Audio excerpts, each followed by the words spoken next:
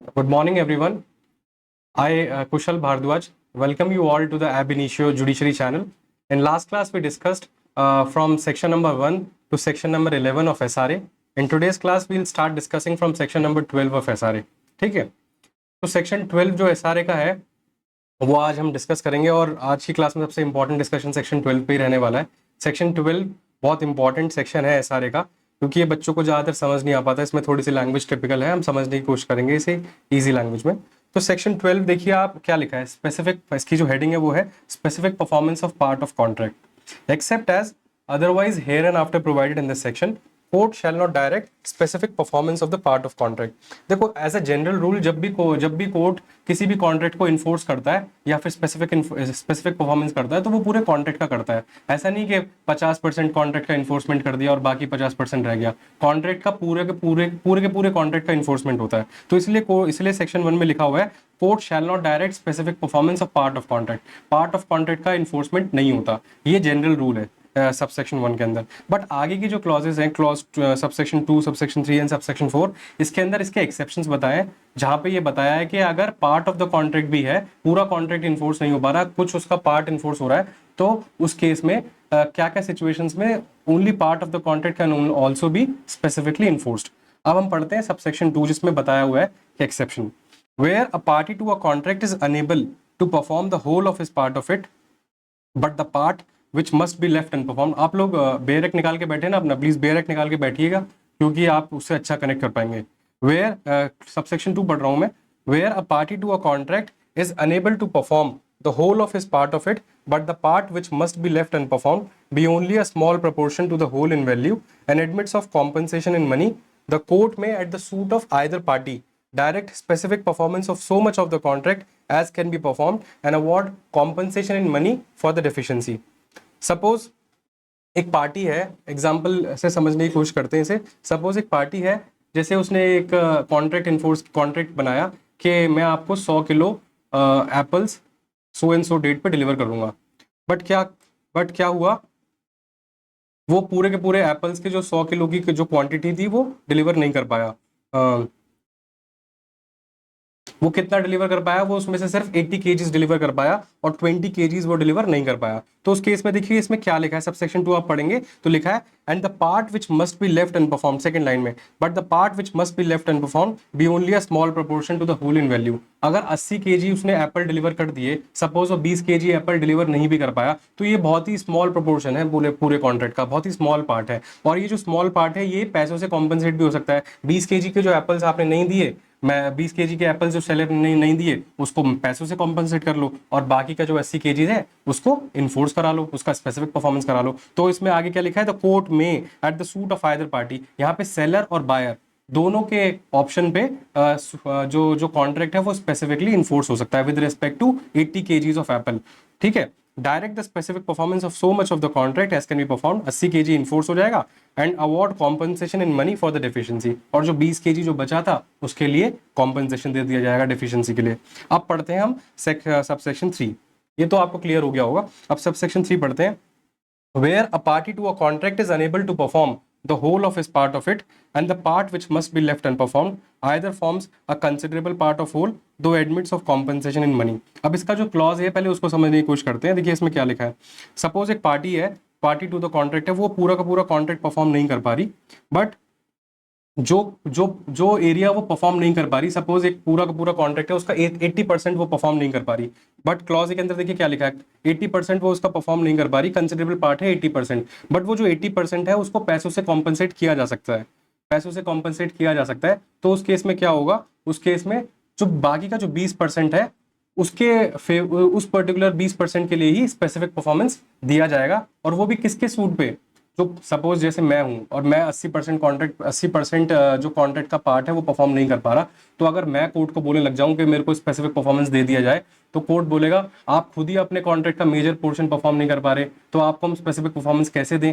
अब अगर आप जब सबसेक्शन 3 पढ़ेंगे तो इस पे अंदर थर्ड लाइन में लिखा हुआ है, क्लॉज बी के नीचे थर्ड लाइन में लिखा है अदर पार्टी। तो यहाँ पे जो अदर पार्टी यूज हुआ है ना, ये उसके लिए यूज हुआ है, the party who is not in fault, जिसकी गलती नहीं है। अगर मैं 80% पार्ट परफॉर्म नहीं कर पा रहा कॉन्ट्रैक्ट का, तो मैं सूट नहीं लेके आ सकता। जब हम सबसेक्शन 2 पढ़ रहे थे वहां पे दोनों पार्टी सूट लेके आ सकते हैं, सेलर और बायर। बट सबसेक्शन 3 जब हम पढ़ेंगे तो यहाँ पे जो पार्टी 80% अपना परफॉर्म नहीं कर पा रही वो सूट नहीं लेके आ सकती, जिस पार्टी की गलती नहीं है। अगर जैसे बायर है, वो बायर कह रहा है कि ठीक है आप जो 20% कॉन्ट्रैक्ट है वो तो परफॉर्म हो पा रहा है, आप वही परफॉर्म कर दो, तो अगर वो सूट लेके आता है तो कोर्ट इन्फोर्स करा देगा suit. With respect to 80%, with respect to 20% suit enforce हो जाएगा, और जो बाकी का जो 80% है उसके लिए कॉम्पनसेशन दे दिया जाएगा। कॉम्पनसेशन क्यों दे दिया जाएगा? क्योंकि यहाँ पे लिखा है, जब आप क्लॉज ये पढ़ेंगे तो लिखा है ना, एंड दो admits of compensation in money, क्योंकि वो जो कॉन्ट्रैक्ट है उसका 80% पार्ट को कॉम्पनसेट किया जा सकता है पैसों से। अब जब आप इसका क्लॉज 2 पढ़ेंगे, क्लॉज 2 में क्या लिखा है? Does not admit of compensation in money. देखिए क्लॉज बी के अंदर ना दो सिचुएशंस डील हुई है। क्लॉज बी में दो चीजें आती हैं।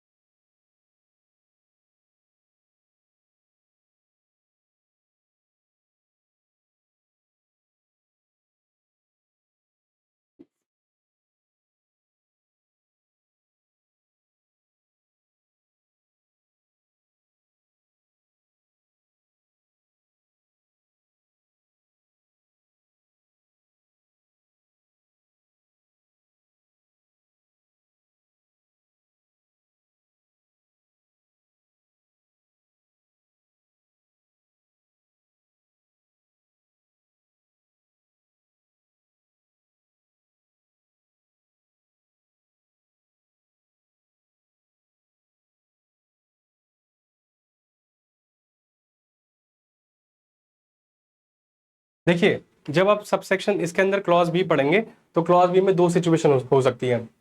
जो कॉन्ट्रैक्ट का जो मेजर पोर्शन है, कॉन्ट्रैक्ट का जो मेजर पोर्शन है वो परफॉर्म नहीं हो पा रहा, और एक सिचुएशन ऐसे हो सकती है कि कॉन्ट्रैक्ट का जो मेजर पोर्शन है वो तो परफॉर्म हो पा रहा है, बट जो उसका स्मॉल पोर्शन है वो परफॉर्म नहीं हो पा रहा। बट दोनों ही सिचुएशन में क्या हो रहा है कि दोनों ही सिचुएशन में पैसों से कॉम्पनसेट नहीं किया जा सकता वो वाला पर्टिकुलर पार्ट ऑफ कॉन्ट्रैक्ट जो परफॉर्म नहीं हो पा रहा। तो ऐसी सिचुएशन में क्या होगा? अगर ये ऐसी सिचुएशन है तो इस सिचुएशन में अगर जो पार्टी जिसकी गलती नहीं है, जैसे बायर है और वो कह रहा है कि मेरे को तो इन्फोर्स कराना है, चाहे कितना भी कॉन्ट्रैक्ट इन्फोर्स हो पा रहा है, मैं उतना ही उसमें उतने में ही खुश हूँ, तो अगर वो ऐसा बोलता है कोर्ट से, तो कोर्ट बोल देगा ठीक है हम आपके बोलने पे कॉन्ट्रैक्ट इन्फोर्स करा देते हैं, जितना भी part of the contract enforce हो रहा है, बट उस केस में आपको कॉम्पनसेशन नहीं मिलेगा। क्यों? क्योंकि जब आप क्लॉज बी पढ़ेंगे तो उसमें लिखा है does not admit of compensation in money. तो जब कॉम्पनसेशन हो ही नहीं सकता इस पर्टिकुलर कॉन्ट्रैक्ट का, तो उसको क्या करना पड़ेगा? बायर को पूरे के पूरे पैसे देने पड़ेंगे। सपोज अगर कोई कॉन्ट्रैक्ट है उसके लिए अगर 1 लाख रुपए की बात हुई थी, पर जो कॉन्ट्रैक्ट इन्फोर्स हो रहा है वो 50,000 का ही इन्फोर्स हो पा रहा है, तो उसको पैसे 1 लाख ही देने पड़ेंगे। क्यों? क्योंकि कॉम्पनसेशन नहीं हो पा रहा है इस पर्टिकुलर कॉन्ट्रैक्ट में। इसके अंदर बेसिक डिफरेंस यही है क्लॉज ए और क्लॉज बी में। अब हम इसे पढ़ने की कोशिश करते हैं तो आपको और क्लियर होगा। Where a party to a contract is unable to perform the whole of his part of it, and the part which must be left unperformed either forms a considerable part of whole though admits of compensation in money, और does not, B में लिखा है, और does not admit of compensation in money. तो जो B वाली situation है, B वाली सिचुएशन में ये दोनों सिचुएशन आती है। ठीक है, और आगे पढ़ते हैं। He is not entitle to obtain a degree of specific performance. जिस पार्टी की गलती है, जो अपना पूरा कॉन्ट्रैक्ट परफॉर्म नहीं कर पा रहा, तो वो सूट नहीं ला सकता स्पेसिफिक परफॉर्मेंस के लिए। बट द कोर्ट में at the suit of other party, court किसके सूट पे? जिस पार्टी की गलती नहीं है उसके सूट पे डायरेक्ट कर सकता है, direct the party in default to perform specifically so much of his part of contract as he can perform. Court जिसकी गलती है उसको बोल सकता है कि आप परफॉर्म करो कॉन्ट्रैक्ट जितना आप परफॉर्म कर पा रहे हो, इफ द अदर पार्टी कौन है? जिसकी गलती नहीं है। If the other party in case falling under clause A, अगर क्लॉज ए वाली सिचुएशन है, ऊपर वाली सिचुएशन है, pays or has paid the agreed consideration for the whole of the contract reduced by the consideration for the part which must be left unperformed। ऊपर वाली situation में clause A में क्या करना पड़ेगा? उसको सिर्फ उतने ही पैसे देने पड़ेंगे बायर को जितना कॉन्ट्रैक्ट परफॉर्म हो पा रहा है, क्योंकि क्लॉज ए वाली सिचुएशन में contract can be compensated by money. और अगर क्लॉज बी वाली सिचुएशन है, आगे लिखा है and in case falling under clause B pays or has paid the consideration for the whole of the contract without any abatement। अगर clause B वाली situation में जिसमें कॉन्ट्रैक्ट कॉम्पनसेशन से कॉम्पनसेशन नहीं दिया जा सकता उस पर्टिकुलर कॉन्ट्रैक्ट में, तो उस केस में अगर बायर चाहता है कि कॉन्ट्रैक्ट परफॉर्म करे सेलर, तो उस केस में उसको पूरा पैसा देना पड़ेगा विदाउट एनी अबेटमेंट। अबेटमेंट मतलब होता है विदाउट एनी रिडक्शन, ठीक है। और क्लॉज इसके अंदर सब क्लॉज 2 क्या कह रहा है, in either case relinquishes all claims to the performance of the remaining part of the contract and all right to compensation either for deficiency or for loss or damage sustained by him through the default of defendant। अब जैसे buyer है, अगर buyer बोल रहा है कि हाँ जितना कॉन्ट्रैक्ट आप परफॉर्म कर पा रहे हो उतना कर दो, और बाद में सपोज सेलर 60% कॉन्ट्रैक्ट परफॉर्म कर पा रहा है, अब उसके बाद में बायर के बोलने पे ही तो सेलर ने परफॉर्म किया, ठीक है। तो अब बाद में बायर ये नहीं बोल सकते आके कि आप मुझे कॉम्पनसेशन दो बाकी 40% के लिए। क्यों? क्योंकि कोर्ट तो एक तो आपके बोलने पे ही कॉन्ट्रैक्ट इन्फोर्स करा रहा है बायर के बोलने पे जितना जितना हो पा रहा था, और अब बाद में अगर आप आगे ये बोलने लग जाओ कि कॉम्पनसेशन दो मुझे 40% के लिए, तो वो आपको नहीं मिलेगा। ये सारे क्लेम आपको क्या करने पड़ेंगे, रिलिंक्विश करने पड़ेंगे अगर आप चाहते हो कि पार्ट ऑफ कॉन्ट्रैक्ट इन्फोर्स हो जाए, ठीक है। उसके बाद में अब हम पढ़ते हैं subsection 4, where a part of a contract which taken by itself can and ought to be specifically performed stand on separate and independent footing from another part of the same contract which cannot or ought not to be specifically performed, the court may direct specific performance of the former part। Suppose मान लो हमने एक contract enter किया कि मैं आपको 100 kg बनाना 100 kg mangoes दूंगा, 50 kg apples दूंगा और 20 दर्जन में आपको केले दूंगा, ठीक है। ये पूरा एक कॉन्ट्रैक्ट एंटर किया, सपोज इसमें से मैं 2 चीजें परफॉर्म नहीं कर पाया, ना तो मैं केले दे पा रहा ना मैं एप्पल्स दे पा रहा, बट मैं आपको 50 kg मैंगोज दे पा रहा हूँ। तो जो 50 kg मैंगोज दे पा रहा हूँ ये अपने आप में एक इंडिपेंडेंट कॉन्ट्रैक्ट है, इंडिपेंडेंट कॉन्ट्रैक्ट की तरह बात करेगा, ये सेपरेट एंड इंडिपेंडेंट फुटिंग पे खड़ा है ये पर्टिकुलर कॉन्ट्रैक्ट। तो जो ये जो मैंगोज वाला जो कॉन्ट्रैक्ट था ये अपने आप में इन्फोर्स हो जाएगा, और इस चीज से इसको कोई फर्क नहीं पड़ता कि मैं बनानाज और मैंगोज परफॉर्म नहीं कर पा रहा। तो जो अगर कॉन्ट्रैक्ट के अंदर हम देखेंगे इंडिपेंडेंटली अगर कोई चीज परफॉर्म हो पा रही है तो हम उस पर्टिकुलर चीज को इन्फोर्स कर देंगे, और बाकी चीजें इन्फोर्स नहीं हो पा रही तो उससे कोई फर्क नहीं पड़ेगा, ठीक है। उसके बाद में अब हम आते हैं सेक्शन 13 पे, राइट्स ऑफ परचेजर और lessee against person with no title or imperfect title. अब इसमें देखिए क्या लिखा है, where a person contracts to sell or let certain immovable property having no title or only an imperfect title, the purchaser or lessee has the following rights। अगर कोई व्यक्ति है वो कॉन्ट्रैक्ट कर रहा है कि मैं इस प्रॉपर्टी को बेच रहा हूँ, मैं इस प्रॉपर्टी को बेचूंगा या मैं इस प्रॉपर्टी को किराए पे दूंगा, और बट उसके पास में क्या है, उसके पास टाइटल ही नहीं है, या उसके पास अगर टाइटल है तो बहुत ही इम्परफेक्ट टाइटल है, तो उस केस में परचेजर और लेसी के पास में क्या क्या अधिकार हो सकते हैं। परचेजर और लेसी के पास जो अधिकार है वो क्लॉज ए, बी, सी और डी के अंदर लिखे हैं। देखिए पहला क्या लिखा है, अगर क्या लिखा है, if the vendor or lessee has subsequently to the contract acquired any interest in the property, the purchaser or lessee may compel him to make good the contract out of such interest। मतलब contract, suppose contract enter करने के बाद में जो vendor था या laser था उसके उसके उसके पास प्रॉपर्टी के अंदर इंटरेस्ट आ गया, जो प्रॉपर्टी वो बेच रहा था और या फिर वो किराए पे दे रहा था लेसी को, उस प्रॉपर्टी उस with respect to that property उसने इंटरेस्ट ड्राइव कर लिया उस प्रॉपर्टी में, तो अब क्या कर सकता है जो वेंडी या फिर लेसी है, वेंडी और लेसी उसको कंपेल कर सकता है कि अब वो प्रॉपर्टी तू मुझे बेच या अब वो प्रॉपर्टी तू मुझे किराए पे दे, जो कि पहले तो उसने दी थी बट वो टाइटल उसका डिफेक्टिव था ना, अब उसका टाइटल ठीक हो गया तो उसको वेंडी या लेसी उसको कंपेल कर सकता है कि अब वो जो कॉन्ट्रैक्ट है उसको कॉन्ट्रैक्ट को वापस से सही से परफॉर्म कर। देखिए क्लॉज ए जो इसमें यूज हुआ है, क्लॉज ए को हम सेक्शन 43 ऑफ टीपीए से भी के साथ भी पढ़ सकते हैं। सेक्शन 43 टीपीए किसकी बात करता है, feeding the grant by estoppel. मतलब जैसे अगर कोई इंसान है वो बोल रहा है कि मैं आप इस पर्टिकुलर प्रॉपर्टी को आपको बेचूंगा, और बाद में वो बोल देता है कि मेरे पास तो टाइटल नहीं था, मेरे पास टाइटल नहीं है तो मैं आपको कैसे बेचूं, बट बाद में उसके पास उस प्रॉपर्टी का टाइटल आ जाता है, तो कोर्ट अब उसको कंपेल कर सकता है कि अब आपको ये प्रॉपर्टी बेचनी पड़ेगी, और अब आप ये नहीं बोल सकते कि मेरे पास टाइटल नहीं था तो मैं कैसे बेचूं, आ तो गया ना आप टाइटल, अब आपके पास टाइटल आ गया तो आप परफॉर्म करो उस पर्टिकुलर कॉन्ट्रैक्ट को। अब क्लॉज भी क्या कहता है, क्लॉज भी कहता है where the concurrence of other person is necessary for validating the title and they are bound to concur at the request of vendor और लेसर, द परचेजर और lessee may compel him to procure such concurrence. यहीं तक पढ़ते हैं एक बार। ये कह रहा है क्लॉज बी में कह रहा है अगर किसी थर्ड पर्सन की कंकरेंस की जरूरत थी, सहमति की जरूरत थी, किस लिए, टू वैलिडेट द टाइटल, और वो जो थर्ड पर्सन थे दे आर बाउंड टू कंकर, वो उनकी जिम्मेदारी बनती थी कि वो कंकर करें eight the request of vendor और लेसर। तो परचेजर और लेसी क्या कर सकते हैं, कंपेल कर सकते हैं किसको, बेचने वाले को, वेंडर को या फिर लेसर को, किस लिए कि आप जाके उस थर्ड पार्टी से कंकरेंस लेके आओ, ठीक है।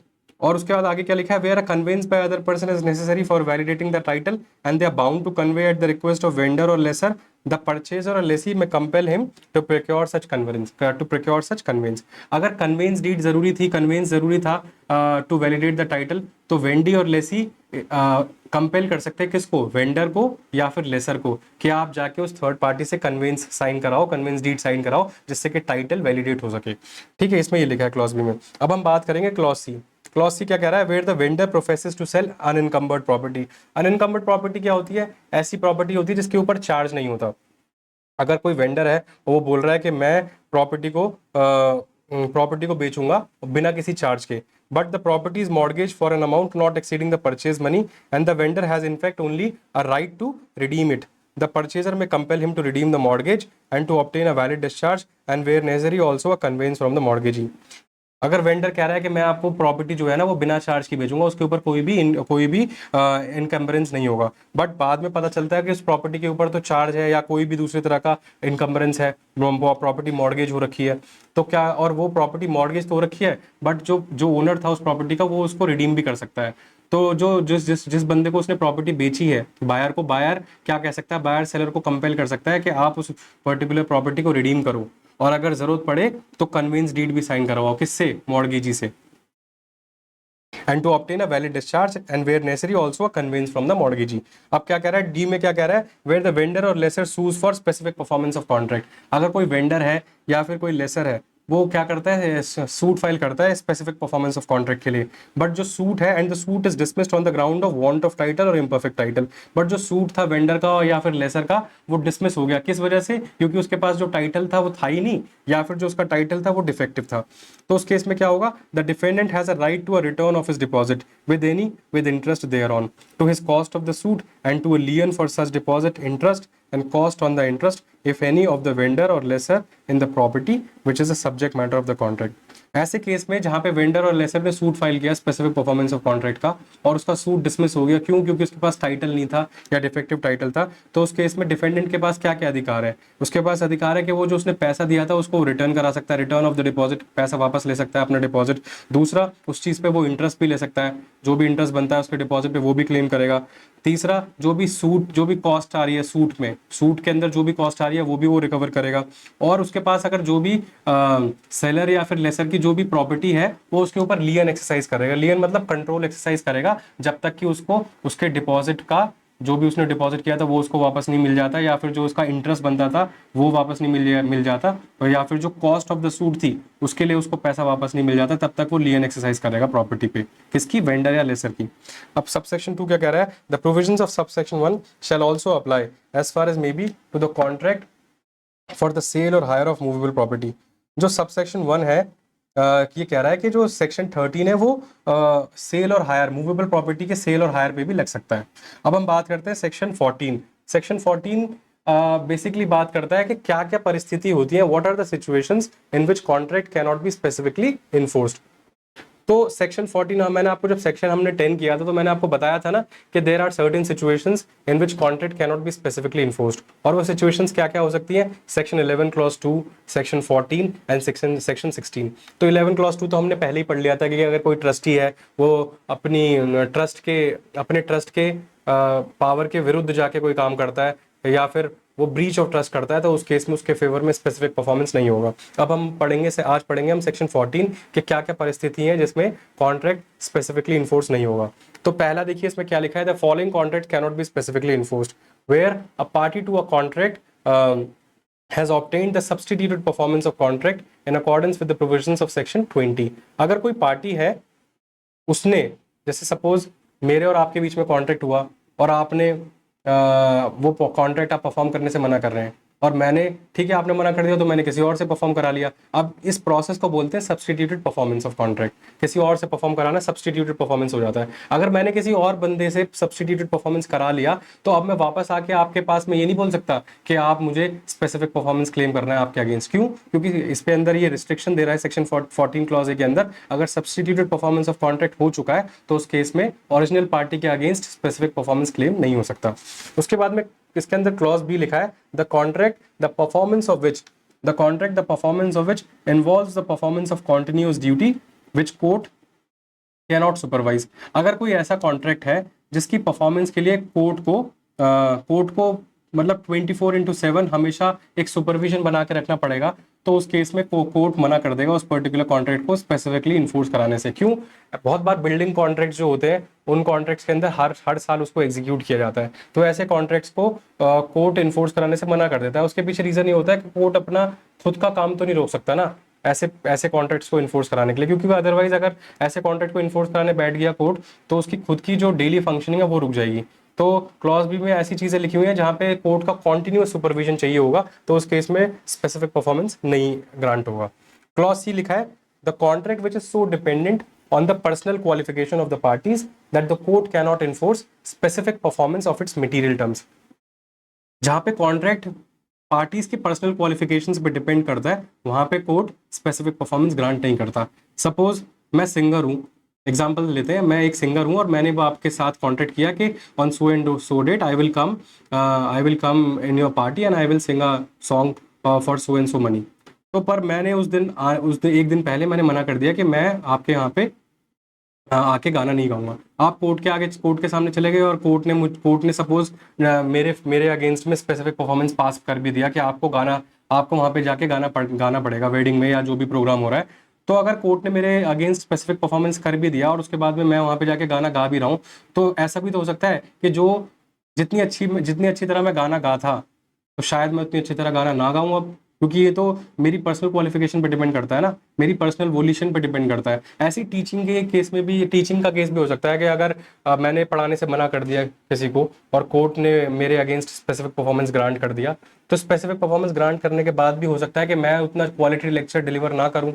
तो ऐसी सिचुएशन में जहां पे contract personal qualification of parties के ऊपर डिपेंड करता है, वहां पे court generally specific performance grant नहीं करता। क्यों? क्योंकि अगर स्पेसिफिक परफॉर्मेंस आप ग्रांट कर भी दोगे तो इफेक्टिव रेमेडी ग्रांट नहीं होगी पार्टी को। इन केसेस के अंदर जो इफेक्टिव रेमेडी वो होती है कॉम्पनसेशन, जो कि section 73 of the Indian contract act के अंदर डील हुआ है। उसके बाद में हम बात करते हैं clause D, the contract which is in its nature determinable. Determinable का मतलब होता है जब कॉन्ट्रैक्ट जब टर्मिनेबल होता है, जब कॉन्ट्रैक्ट टर्मिनेट होता है।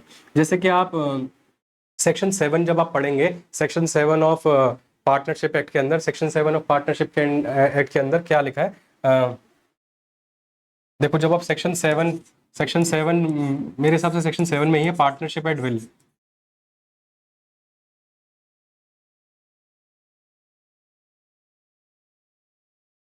ये जो partnership at will section 7 of the Indian partnership act के अंदर दिया हुआ है, इसमें होता क्या है कि आप पार्टनरशिप एट विल को कभी भी टर्मिनेट कर सकते हो by giving a notice to the other partners. तो ऐसे कॉन्ट्रैक्ट में सपोज पार्टनरशिप एट विल का केस है और ऐसे कॉन्ट्रैक्ट में अगर कोर्ट ने स्पेसिफिकली इन्फोर्स करा भी दिया कॉन्ट्रैक्ट, तो कुछ फायदा होगा, क्योंकि that contract can be terminated at any moment by just giving a notice to other partners. तो ऐसे कॉन्ट्रैक्ट में जो कि इजीली टर्मिनेबल है by only on the volition of the party, उस केस में कोर्ट क्या करता है, कोर्ट स्पेसिफिक परफॉर्मेंस नहीं ग्रांट करता, क्योंकि वो कॉन्ट्रैक्ट इजीली डिटर्मिनेबल है only on the volition of the party. उसके बाद में हम बात करते हैं सेक्शन 14A की, जो कि 2018 अमेंडमेंट एक्ट से ऐड हुआ था। इसके अंदर कोर्ट बोलता है power of court to engage experts without prejudice to the generality of provisions contained in Code of Civil Procedure 1908 in any suit under this act, where the court considers it necessary to engage to get expert opinion to assist it on any specific issue involved in the suit, it may engage one or more experts and direct to report to it on such issue and may secure attendance of expert for providing evidence including production of documents on issue।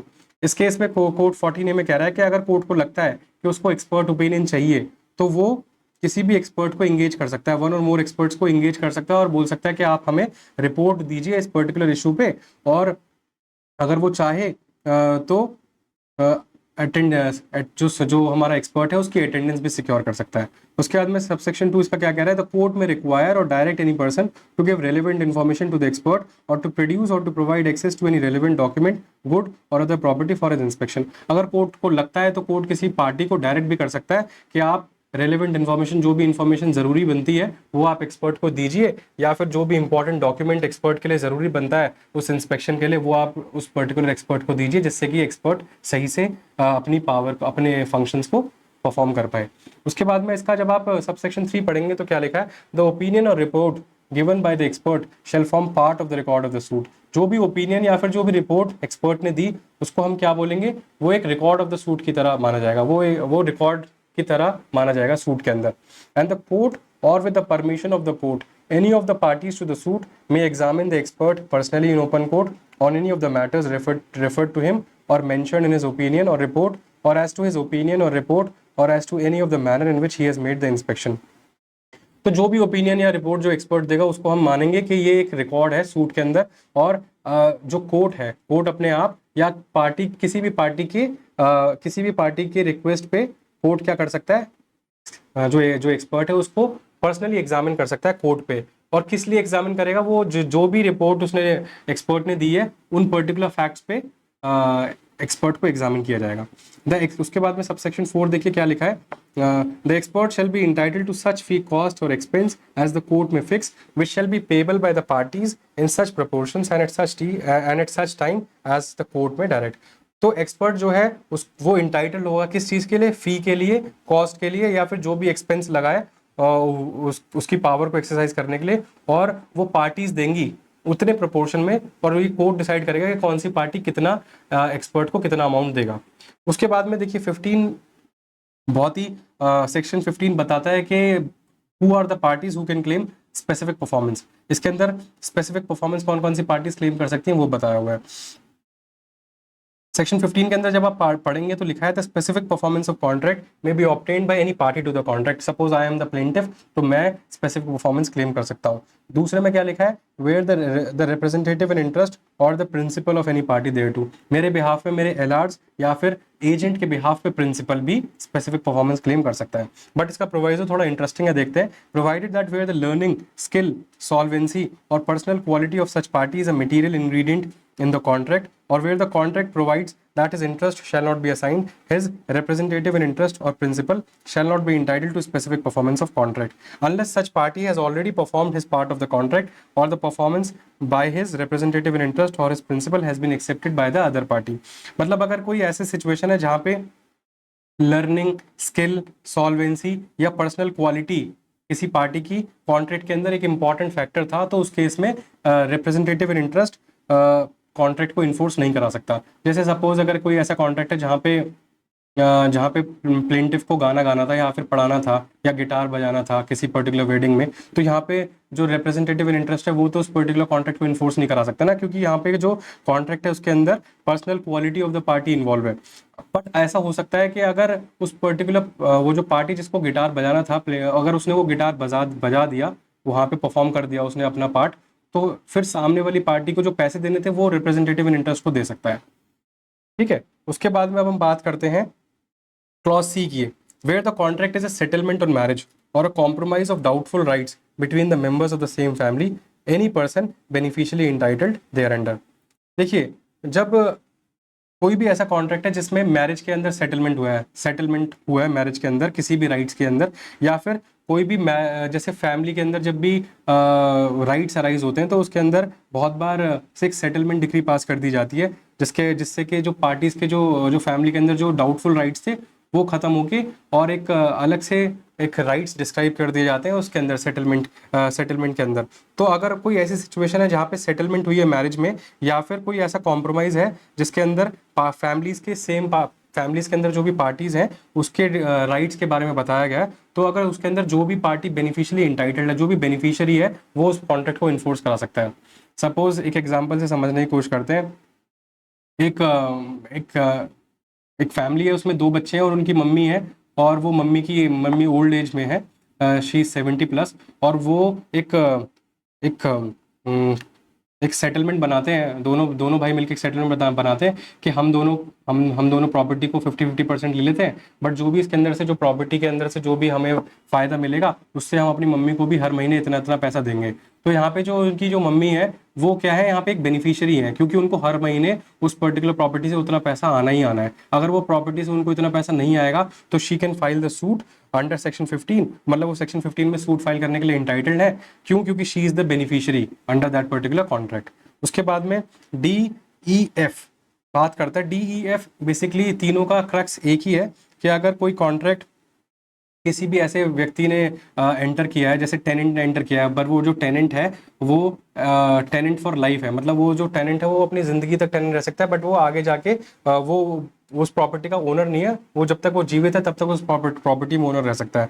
तो उस case में क्या होगा, जब वो व्यक्ति जैसे आप क्लॉज डी पढ़ेंगे, where the contract has been entered into by tenant for life in due exercise of his power the remainder man.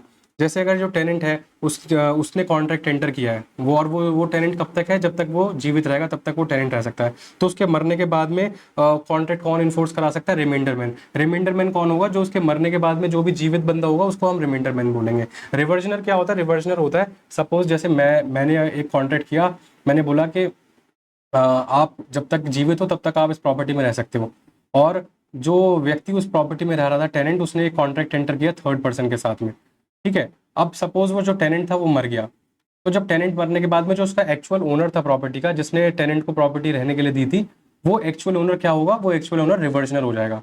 जैसे एग्जांपल से समझने की कोशिश करते हैं, जैसे कि ऐसे ए ओनर है, इसने प्रॉपर्टी रेंट पे दी फॉर लाइफ एस्टेट।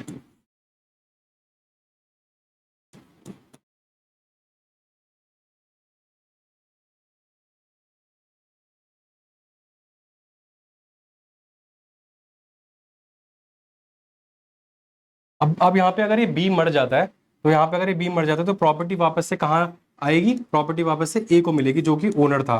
तो ये जो ओनर है, ये कौन है, ये है रिवर्जनर। ठीक है। तो क्लॉज जो यहाँ पे जो क्लॉज हमारा जो यहाँ पे क्लॉज सी, जो क्लॉज डी ई एफ है, ये बेसिकली रिवर्जनर और रिमाइंडर मैन की बात करता है।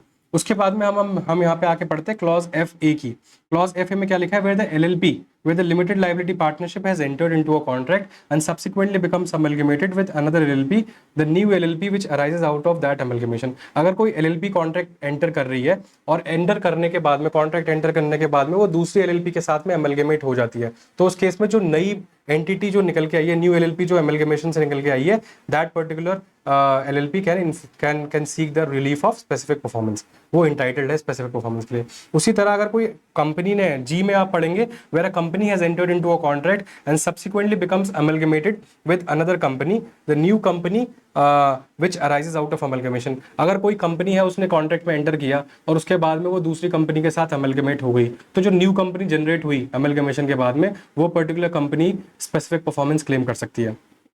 उसके बाद में आप देखेंगे क्लॉज एच क्या लिखा है, क्लॉज एच में लिखा है where the promoters of the company have before its incorporation entered into a contract for the purposes of the company and such contract is warranted by the terms of incorporation the company.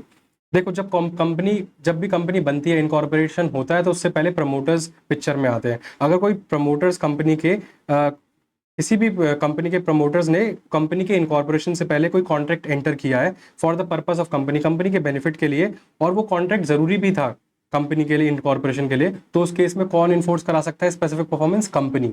But इसका proviso important है, वो पढ़िए, provided that the company has accepted the contract. जरूरी है कि वो company ने वो कॉन्ट्रैक्ट को एक्सेप्ट किया हो, कंपनी ने, and has communicated such acceptance to other party to the contract, और वो एक्सेप्टेंस कंपनी ने दूसरी पार्टी को कम्युनिकेट भी किया हो। ठीक है। उसके बाद में अब हम सेक्शन 16 पढ़ेंगे, जो कि एक और एक्सेप्शन है स्पेसिफिक परफॉर्मेंस का। जब हमने सेक्शन 10 पढ़ा था तो उसके अंदर एक्सेप्शंस पढ़े थे 11 क्लॉज 2, 14 एंड 16। 11 क्लॉज 2 हम पढ़ चुके हैं, सेक्शन 14 भी हम पढ़ चुके हैं, अब हम पढ़ेंगे सेक्शन 16। सेक्शन 16 में कुछ पर्सनल बार्स बताए गए हैं कि ये ऐसे बार्स हैं जहाँ पे अगर पार्टी चाहे भी तो वो स्पेसिफिक परफॉर्मेंस क्लेम नहीं कर सकती। पढ़ते हैं। Specific performance of contract cannot be enforced in favor of a person who has obtained substituted performance of contract under section 20। अगर कोई ऐसा व्यक्ति है जिसने substituted performance of contract claim कर लिया है, तो फिर उसको स्पेसिफिक परफॉर्मेंस कैसे मिलेगा? जब आपने थर्ड पार्टी से परफॉर्मेंस क्लेम कर ही ली, तो ओरिजिनल पार्टी से आप दोबारा स्पेसिफिक परफॉर्मेंस क्लेम नहीं कर सकते। और सब्स्टिट्यूटेड परफॉर्मेंस ऑफ कॉन्ट्रैक्ट कहाँ डील है? ये डील हुई है सेक्शन 20 के अंदर, section 20 of SRA. Clause B क्या कहता है? Where who has become incapable of performing और violates any essential term of the contract that on his part remains to be performed or acts in fraud of the contract or willfully acts at variance with or in subversion of the relation intended to be established by the contract। Suppose कोई एक plaintiff है, वो specific performance claim कर रहा है, but situation ऐसी arise होगी कि उसने खुद ही अपना पार्ट ही परफॉर्म नहीं किया, तो जो इसकी पहली सिचुएशन है वो लिखा है he has become incapable of performing. अगर उसने खुद ही अपना पार्ट परफॉर्म नहीं किया, कोई ऐसी सिचुएशन हो गई कि वो इनसेन हो गया या फिर मतलब किसी ऐसी सिचुएशन से ग्रस्त हो गया, बीमार पड़ गया है, तो वो अपना पार्ट ही परफॉर्म नहीं कर पा रहा। जब वो अपना पार्ट ही परफॉर्म नहीं कर पा रहा तो वो सामने वाले से कैसे एक्सपेक्ट कर सकता है कि वो अपना पार्ट परफॉर्म करे, ठीक है। तो इस सिचुएशन में स्पेसिफिक परफॉर्मेंस नहीं मिलेगा। दूसरी सिचुएशन लिखिए, violets any essential term of the contract that on his part two be perform. अगर कोई ऐसी सिचुएशन थी, कॉन्ट्रैक्ट में एक ऐसी कंडीशन लिखी हुई थी जो कि प्लेंटिफ को परफॉर्म करनी थी, अगर वो उसको वॉयलेट कर देता है तो उस केस में प्लेंटिफ खुद स्पेसिफिक परफॉर्मेंस क्लेम नहीं करा सकता। जैसे कि एग्जांपल समझते हैं, जैसे मैंने कॉन्ट्रैक्ट किया, मेरे साथ डिफेंडेंट ने कॉन्ट्रैक्ट किया कि I will sell off my house to him, मतलब इतने रुपए में मैं उसको अपना हाउस बेचूंगा, बट मेरा जो हाउस था उसमें मैंगो के ट्रीज भी लगे हुए थे। तो उसने डिफेंडेंट ने बोला कि आप सर जो प्रॉपर्टी बेचोगे ये पर्टिकुलर मेरे को इस फार्म के साथ बेचना, जो जो मैंगो के जो पेड़ लगे हुए हैं वो भी आप साथ में बेचेंगे। बट सपोज मैंने वो पर्टिकुलर जो जो जो मैंगो के जो पेड़ लगे हुए थे वो मैंने काट दिए, तो अब जो मैंने ये पेड़ काट दिए उसके बाद में मैं बोल रहा हूँ कि आप प्रॉपर्टी ले लो, तो अब वो डिफेंडेंट क्या बाउंड है वो प्रॉपर्टी लेने के लिए? नहीं। क्यों? ऐसा क्यों? क्योंकि मैंने वॉयलेट कर दिया अपना एसेंशियल टर्म। जो साथ में जो फार्म था, जो मैंगो का जो फार्म था वो भी साथ में प्रॉपर्टी के जाना था, बट मैंने वो फार्म हटा के क्या करा, मैंने वॉयलेट कर दिया एक essential term of the contract जो कि मेरे पार्ट पे परफॉर्म होना जरूरी था। तो उस केस में भी स्पेसिफिक परफॉर्मेंस प्लेंटिफ क्लेम नहीं कर सकता। या फिर क्या लिखा है, acts in fraud of the contract, plaintiff fraud करता है या willfully acts at variance with or in subversion of the relation of the or acts in subversion of the relation intended to be established by the contract। subversion मतलब होता है जब आप contract के terms को डिस्टॉर्ट करते हो। तो ऐसे तीनों सिचुएशंस में अगर प्लेंटिफ की सिचुएशन फॉल करती है तो वो स्पेसिफिक परफॉर्मेंस क्लेम नहीं कर सकता, ठीक है। क्या क्या? इनकेपेबल ऑफ परफॉर्मिंग, या फिर कोई भी एसेंशियल पार्ट जो उसके बिहाफ पे परफॉर्म होना जरूरी था वो परफॉर्म नहीं कर पा रहा, या फिर वो फ्रॉड कर रहा है, या फिर he is acting at variance और he is acting in subversion.